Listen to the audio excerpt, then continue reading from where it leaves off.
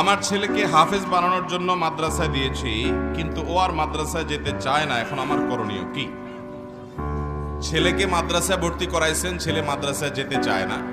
এখন করণীয় কি? করণীয় হলো হাত পা বেঁধে টানতে টানতে মাদ্রাসায় নিয়ে খুঁটির সাথে বেঁধে রাখবেন। বলে ঠিক, এটা ঠিক নাকি? তাহলে বেঠিকে না বলা দরকার ছিল।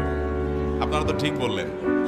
ভাইরা আমার, কোনো বাচ্চা মাদ্রাসা যেতে চায় না, কোনো বাচ্চা স্কুলে যেতে চায় না, শিক্ষা প্রতিষ্ঠানে যেতে চায় না। এগুলো অনেক সময় হয় যে শিক্ষা প্রতিষ্ঠানটার পরিবেশ বাচ্চাকে ধরে রাখার জন্য উপযোগী না।